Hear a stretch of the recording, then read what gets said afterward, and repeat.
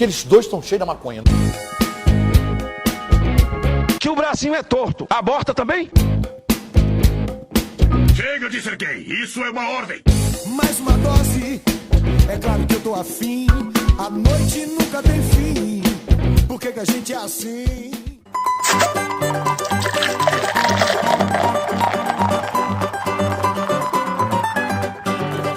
Bem-vindo ao podcast do Fala Mais Bebe, o podcast mais comunista dessa podosfera. Eu sou o Jean Correia, apresentando o melhor podcast de Palhoça. E hoje, aqui comigo, o convidado é o Rangel, professor de História, com mestrado pela UFSC e candidato à Prefeitura de Palhoça pelo PSOL. Fala um pouco, Rangel, de você, a sua trajetória, um resumo da sua trajetória até o momento.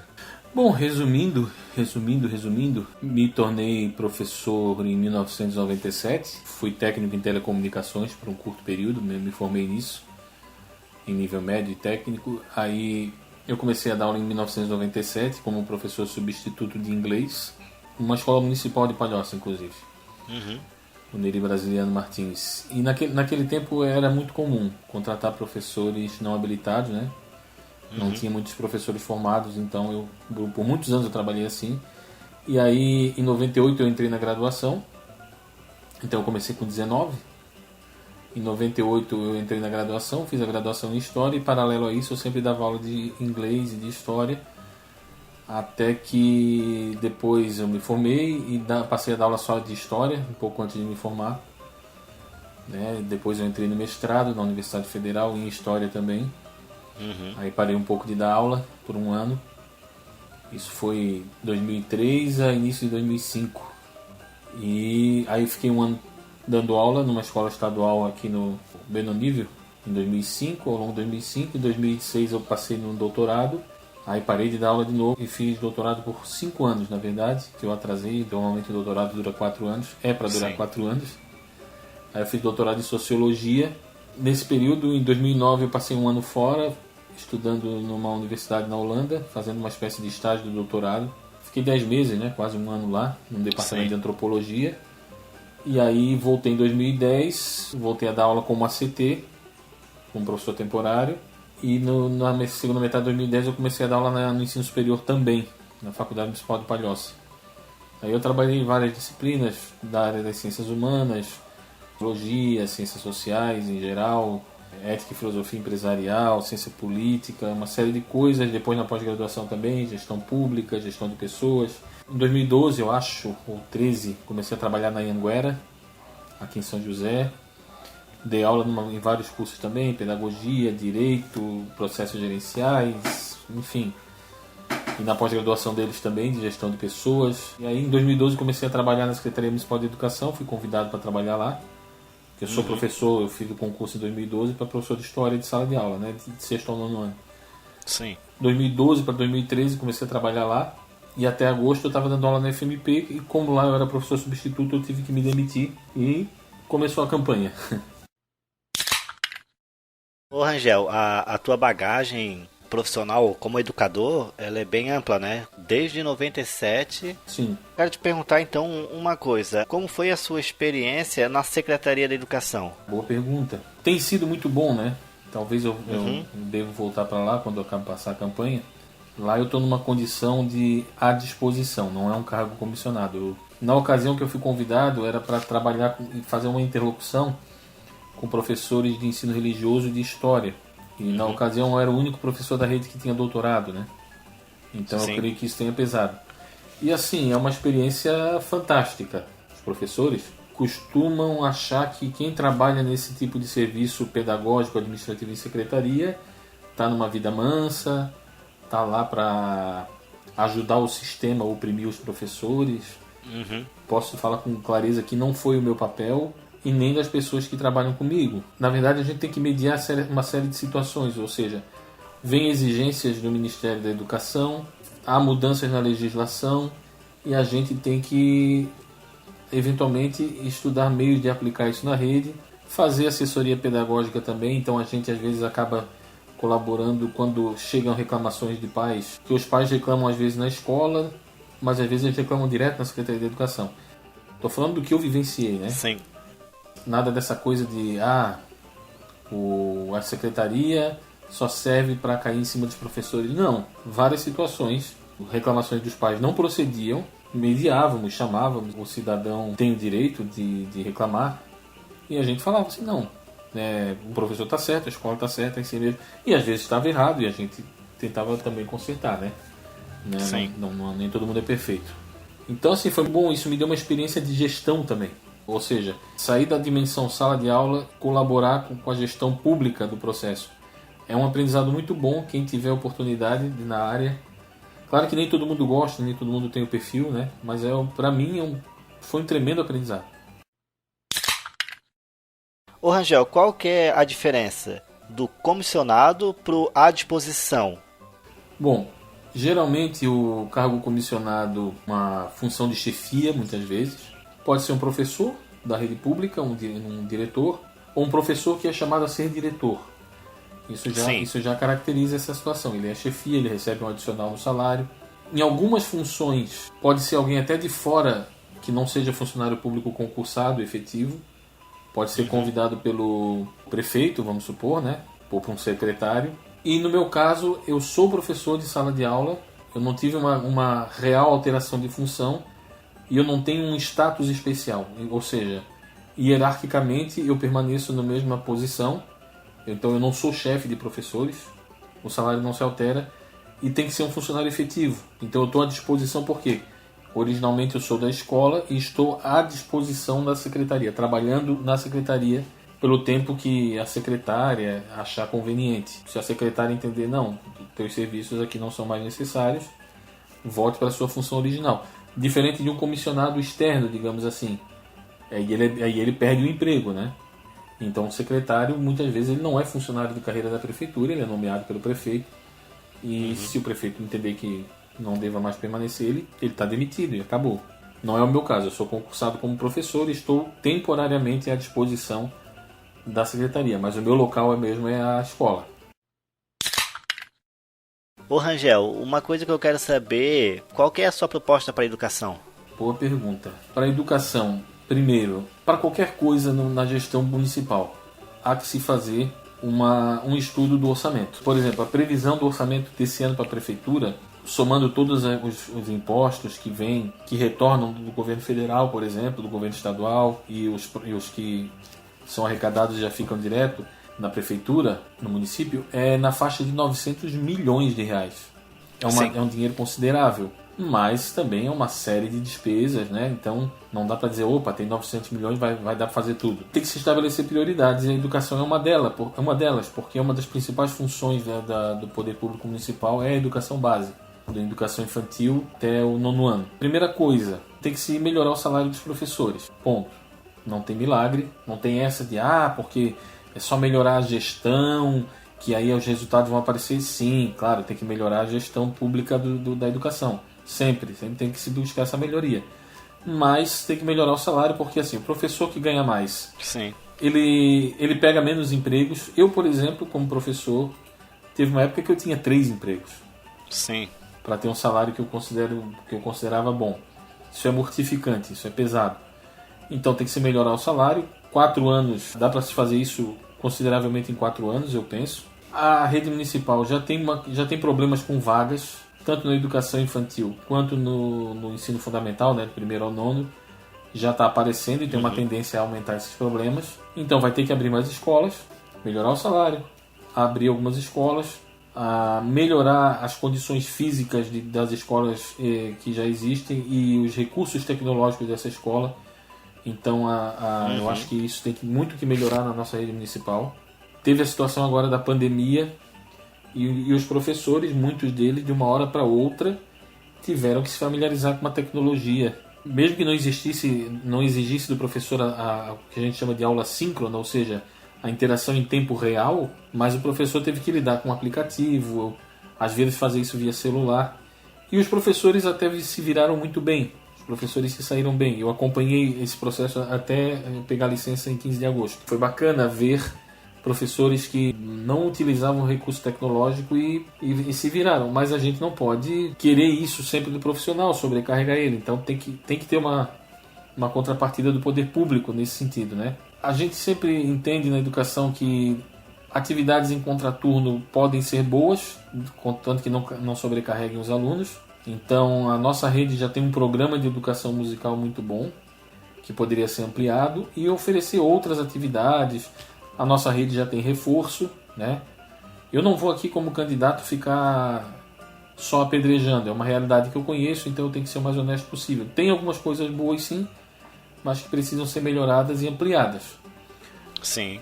Outra deficiência da nossa rede de ensino são os ginásios e quadras cobertas. Tem poucos nas escolas, tem bem poucos. E ao fazer isso, você consegue abrir para o uso da comunidade também. Então você cria uma relação mais intensa, mais próxima entre escola e comunidade. É como eu costumo dizer, você tem que ver esses problemas de uma forma generalizada, ou melhor dizendo, interrelacionada, né? Então, poxa, é caro, mas se você coloca um ginásio de esportes para uso da escola e para uso da comunidade à noite ou no final de semana, você melhora a relação da comunidade, você cria redes de apoio na comunidade, você melhora a saúde pública, pessoas vão praticar esporte, as pessoas vão ter um outro olhar sobre o cuidado com a escola e com os equipamentos da escola. Eu acho que não é um gasto que a médio e longo prazo se paga, né? Um investimento que se paga. Outro problema sério que a gente tem é não tem vagas em tempo integral nas creches, apenas em algumas exceções de crianças especiais e tal, que eu saiba, mas sim, não tem. Então tem famílias que ficam com um problemão, porque os pais trabalham manhã e tarde, às vezes os dois, pai e a mãe, ou só a mãe, às vezes a família mantida só pela mãe, e aí fica numa situação bem difícil, porque só tem meio período, aí tem que providenciar uma creche no outro período e tem que transportar a criança. Outra demanda para a educação é a democratização. Hoje os diretores são indicados, nomeados, melhor dizendo, pela secretária de educação, ou secretário, quando for o caso. Ok, temos bons diretores, eu conheço a maioria deles, é um trabalho difícil, só que eu penso que temos que evoluir para a eleição pela comunidade dos diretores da escola. Então isso é uma coisa que está no nosso plano de governo também. E a implantação de grêmios estudantis para os anos finais do ensino fundamental. Com certeza. Ou seja, criar uma cultura de participação democrática dos estudantes já na escola, né? Alguns professores têm receio disso, o início do processo é um pouco traumático mesmo, mas pode ser bom, pode dar um bom resultado se for feito de forma madura. E aí, falando em educação, não da educação básica, nós temos a Faculdade Municipal de Palhoça, que é um feito há mais de 10 anos. Foi mantida, tem sido mantida pelos governos que passaram, mas não tem uma sede própria ainda. E teve na Faculdade Municipal uma experiência de pós-graduação em nível de especialização que foi muito bom e que parou e que não é tão caro. O investimento é basicamente ampliar a carga horária de parte dos professores. As aulas eram nos sábados. Não é tão caro, era uma coisa que poderia voltar. Foi muito bom. Muitos professores da rede municipal fizeram curso na Faculdade Municipal de pós-graduação. Muitos administradores e pessoas de várias áreas também fizeram. Alguns dos candidatos que eu não vou citar porque eu não quero entrar nessa de ataque ou acusação, não tem um olhar muito positivo para a faculdade, enxergam a faculdade como um gasto. E não, a faculdade ela qualifica o município. Pouquíssimos, 2 ou 3 municípios no Brasil inteiro têm uma faculdade municipal, né? Eu, como trabalho com professores, também tenho interlocução com professores dos anos iniciais, e foi muito bom para a rede. A faculdade ela tem projetos de intervenção na rede municipal, né? Os alunos saem com muita qualidade em termos de informação. Sempre pode melhorar, vem melhorando nos últimos anos, mas sempre há. Então ela precisa de uma sede própria, um pouco mais de investimento, e é uma faculdade que tem administração, turismo, ainda tem, e pedagogia e outros projetos, né? Tem um projeto voltado a idosos, a Faculdade da Maturidade, que é muito bom. Conheço. Foi uma das melhores experiências que eu tive na minha vida, que foi trabalhar com essas pessoas. E é um ganho de saúde pública também, para a terceira idade. É um local que gera conhecimento no campo da administração, para os negócios locais, na educação local e no turismo local. Tem que se aproveitar melhor a faculdade. Essa é a minha opinião, né? Eu também penso que a educação ela pode ser integrada com a saúde. Então eu sonho, hajam ações concretas da saúde diretamente nas escolas e nas comunidades. Então eu penso, por exemplo, visita periódica de médico nas escolas para palestras, ou até mesmo um consultório itinerante que possa rodar pelo município e visitar as escolas, fazer um trabalho de saúde preventiva, que seria bem válido, né? E não é tão caro assim. Investimento em prevenção é compensado depois, gasta-se menos depois. Sim. Ô Rangel, propostas muito boas, tá? Quando fala sobre a Faculdade Municipal de Palhoça, né, FMP, um exemplo, a minha esposa, a irmã dela, se formaram na FMP, como tu mesmo falou, que é algo que tem em poucos lugares, né? E precisa sim de uma sede, palhocense bater no peito e falar que pode cursar a faculdade dentro do seu município. Fica mais estável a casa da faculdade, né, digamos assim. Se tu sonha em fazer pedagogia que tem aqui, não precisa ir lá pro centro, ficar 4 horas numa fila, num ônibus, para ir e para voltar. Exato. Quando eu fiz graduação em 97, desculpa prolongar esse assunto, qual era o grande problema? Ter cursos gratuitos ou mesmo pagos aqui na região. Então a gente tinha que fazer a maioria em Florianópolis, depois veio a Unisul para cá, era muito caro e tal. Então quando eu fiz história, eu trabalhava em 2, 3 escolas, às vezes tive que comprar uma moto. Já era complicado o trânsito. Isso eu estou falando de 98, 99, de 22 anos atrás, 20 anos atrás. Agora tem mais faculdades, tem a USJ, que também é pública, abriu mais vagas. As particulares, durante um tempo, ficaram acessíveis, mais acessíveis, graças ao ProUni.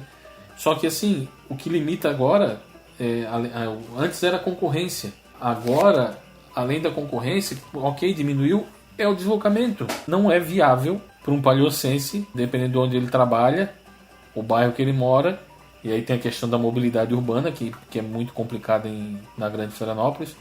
Não é viável ele ir na Federal, na UDESC, lá do Itacurubi, assim por diante, ou em alguma faculdade privada na região da ilha, ou mais lá para o continente, lá na parte continental de Florianópolis.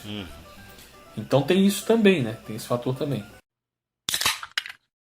Uma coisa que eu quero saber agora é qual vai ser também a sua proposta, né, para os servidores municipais. Como fazer um alinhamento? É mais delicado, mas algo tem que ser feito. Porque nós temos assim, nós temos extremos que eu penso que são inaceitáveis em qualquer situação trabalhista. Nós temos profissionais que mal recebem o salário mínimo, teve que haver algumas lutas aí do sindicato. E nós temos alguns profissionais com super salários, que eu considero super salários, né? Na casa aí de 15 mil reais. São questões de direito adquirido em alguns casos, né? Mas eu penso que tem que se fazer no médio prazo. E eu não estou querendo aqui fazer promessa vazia ou populista, mas tem que se melhorar os salários mais baixos.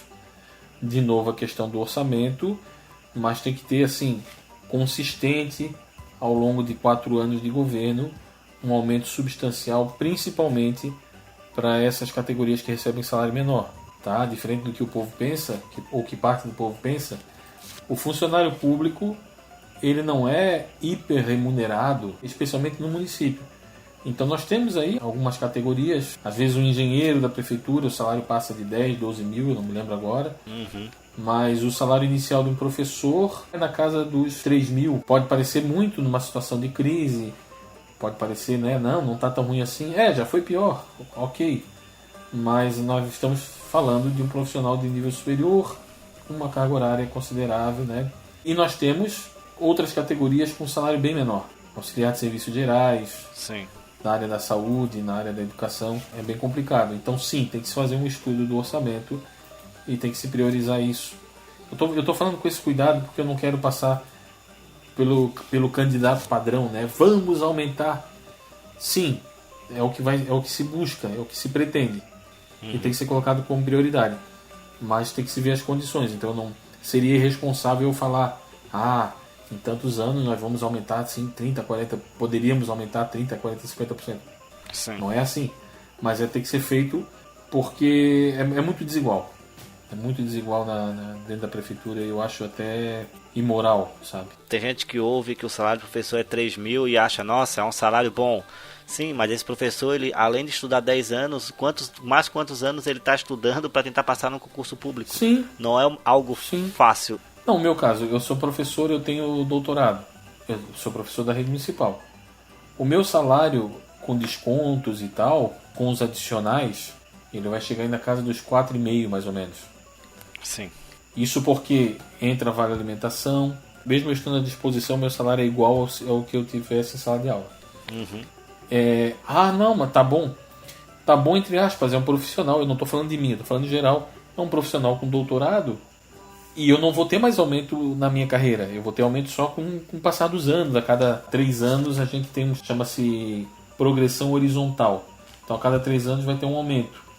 Uhum. Mas não é nenhum aumento absurdo. E o vertical, que é por titulação, já deu. O máximo é esse. Aí vai ter algum aumento. Então, para chegar no salário razoável, o cara já vai estar lá no fim da carreira, perto da aposentadoria. Se bem que a nossa geração talvez não vai mais se aposentar, né? Mas eu não quero nem entrar nessa choradeira aí. Então parece bom, mas não é não. Enquanto você, um engenheiro, um advogado da prefeitura, começa ganhando mais de 10 mil, já de cara. Uhum. Eu fico indignado com isso, porque assim, o professor, cara, ele é quem vai educar uma população. Sim. O professor é aquele que vai fazer a criança ter aquelas conexões e entender o mundo. Sim. Pra ser mal remunerado, cara, dessa forma é absurdo. Enquanto, como tu falou, que um engenheiro ganha 10 mil pela prefeitura. Agora vamos lá para os deputados federais, estaduais, com todos aqueles benefícios e auxílio até a botão de camisa que tá louco, cara. É absurdo. Salários passando de 25, 26 mil. E o nosso governo, ele consegue olhar para essa fragilidade como professores e dizer: esses funcionários públicos têm que diminuir o que eles estão ganhando. Eu fico puto com isso, cara. Eu fico indignado porque tu consegue fazer a massa que acaba indo por memes e poucos argumentos a acreditar nisso. E sendo que quando vamos fazer uma reforma política, quando eles querem fazer essa reforma trabalhística, por que não começa da base deles? Por que tem que começar do pobre, né, cara? Isso que eu fico... é uma coisa que... Exatamente. Eu acho que foste bem feliz aí na observação. Então, criou-se essa mentalidade de que o funcionário público é um cara privilegiado. Ok, tem algumas questões, alguns direitos que são bem interessantes, a estabilidade. Mas, primeiro, essa estabilidade não é eterna. Se o funcionário cometer uma falta grave e o seu gestor tiver a vontade realmente de levar adiante, existe processo administrativo e o cara é exonerado, sim. Uhum. Eu testemunhei algumas situações assim. Então não é esse oba-oba, né? E aí criou-se esse mito. Não, a maior parte do funcionalismo não tem super salários. Tem no judiciário, ok, que ninguém mexe. Na segurança pública, eventualmente, tipo Polícia Federal, por exemplo. Uhum. Ok, eu estou dando exemplos que não são municipais.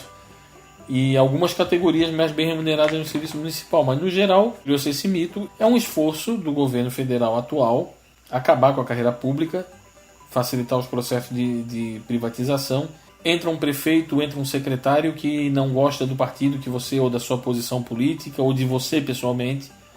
Então, se você tira o direito da estabilidade do funcionário, fica muito mais fácil desse gestor te perseguir ou te coagir a cometer uma ilegalidade. Uhum. Olha, se tu não fizer tal coisa, eu vou mandar te demitir, eu vou colocar qualquer justificativa aqui, faço um processinho qualquer, no máximo, e tchau. Então é muito desonesto. E essas reformas nunca vão mexer em super salários, nunca vão pegar... Então, no Brasil, um juiz, quando comete um crime, ele é aposentado com um salário. O juiz preso, exonerado, sem salário, não existe. É mais fácil, sei lá, você encontrar com o ET de Varginha cavalgando num dinossauro do que encontrar um juiz preso e sem salário. Sim. Né? Então, e aí, mas querem partir para cima de funcionários de mais baixo escalão, infelizmente. Então, Rangel, uma coisa que eu quero te perguntar agora é: e para a saúde, a Palhoça vai poder sonhar finalmente com um hospital público ou isso ainda é inviável? Olha, eu entendo Tá? Outra coisa também que eu não quero ficar falando palavras ao vento para enrolar as pessoas. Palhoça não tem condições de manter um grande hospital de alta complexidade, sozinho. Mas eu penso o seguinte, a prefeitura tem que buscar parcerias, oferecer contrapartidas, por exemplo, um terreno, né? Sim. Um terreno num bairro que precisa ser melhor desenvolvido, por exemplo, mas que ao mesmo tempo tenha bom acesso. É difícil, não estou falando que é fácil, mas para conseguir atrair uma parceria com o governo estadual e o governo federal para a construção de um hospital, porque sim, é necessário. É necessário, e eu costumo bater nessa tecla, é benéfico para toda a grande Florianópolis. Né? Porque não atenderia só a população de Palhoça e desafogaria, colocaria menos demanda nos hospitais da região. Então eu acho que sim, tem que haver um esforço do governo municipal e perante as outras esferas de poder para se conseguir esse hospital, sim. Isso não pode ser. E é uma demanda antiga, há décadas literalmente, que se fala nisso e não sai, nunca não acontece. Sim. Agora, essa é a questão, né? Eu tô colocando aqui, tô sendo honesto. É viável construir um pequeno hospital ou tentar atrair um grande hospital para a região, né? Que seria muito bom também para a economia da região, claro, e que pudesse atender de fato as necessidades do município. Sim. Então, é isso que eu posso dizer sobre isso, é o que eu posso dizer no momento. Ô Rangel, me tira uma dúvida aqui. Vamos imaginar um cenário onde que o Boulos ganha em São Paulo, certo? Certo. Que é um candidato do PSOL muito forte. São Paulo, a maior cidade do Brasil. Como que eu falei, vamos construir aqui uma situação. Boulos ganhou em São Paulo, tu ganhasse em Palhoça. Facilitaria essa conversa? Diretamente não. São governos municipais, autônomos, não teriam um reflexo direto. Entendi.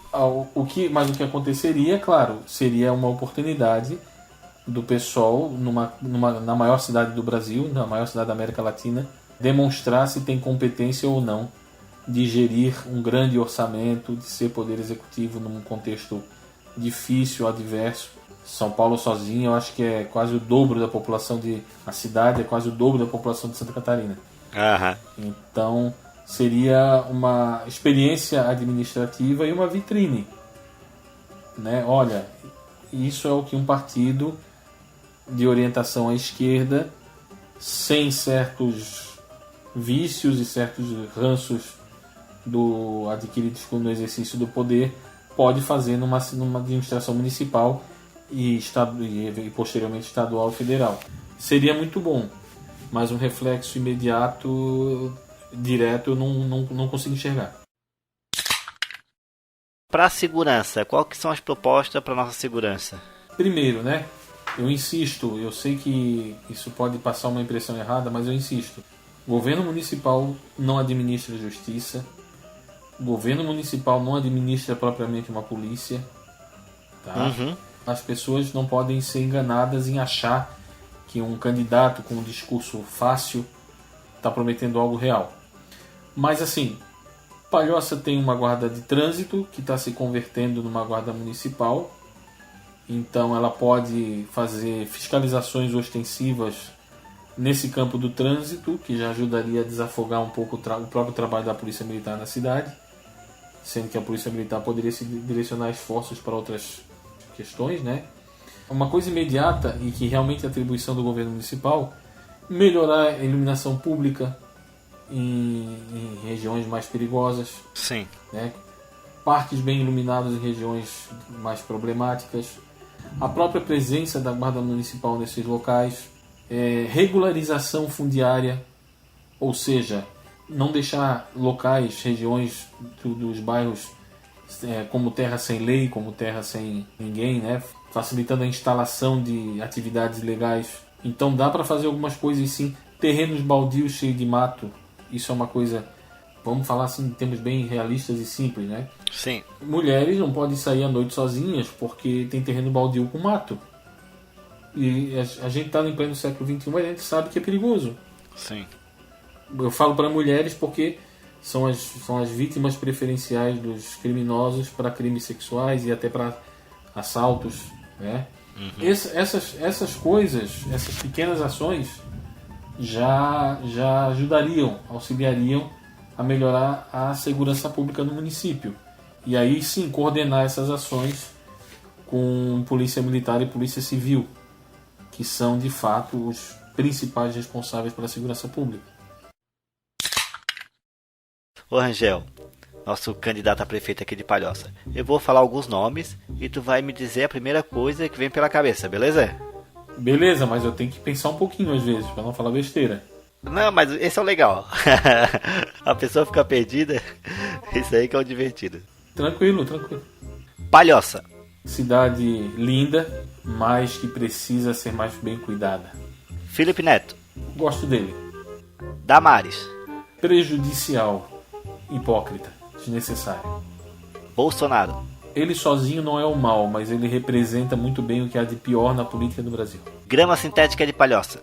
Má ideia, mau gosto. Guilherme Boulos. Uma nova cara para a esquerda, uma nova forma de se pensar e agir na esquerda. Nova ciclovia com obstáculos. Terrível. Muito triste até, muito ruim.